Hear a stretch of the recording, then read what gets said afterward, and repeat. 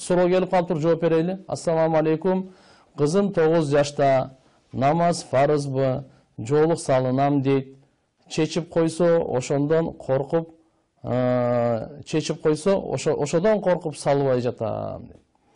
Кыз балдарга өзү шариаттагы буйруктардын бардыгы балагатка толгондон кийин. Кээ бирлери кыз бала 9 жашта, 10, 11, 12, 13 жашта ар кандай болот. Анын иммунитети, өзүнүн ден соолугуна байланыштуу, ууларларыкы да ошондой. Балагатка толгондон кийин буга өкүмдөрү фарыз болуп калат. Бирок пайгамбарыбыз Мухаммад алейхиссалам айткан, ошо жаш баланы жаш кичинесинен жашынакай тарбиялап, 7 жашында ага намазды үйрөтүп койгула деген.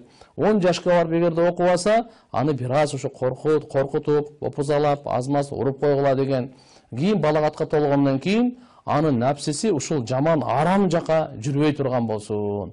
Арам жашоого, ошондой бир азыркы айтып аткан уятсыздыкка, ата-энесин ак болуп, тоң моюндукка, баш ийбестикке жаман бир зыян, ошо бактысыз жолго түшүп калбасын деп, башынан алдын эле намазга буйруган. Эмне үчүн намазга? Бул кыз балдарга деле, уул балдарга деле.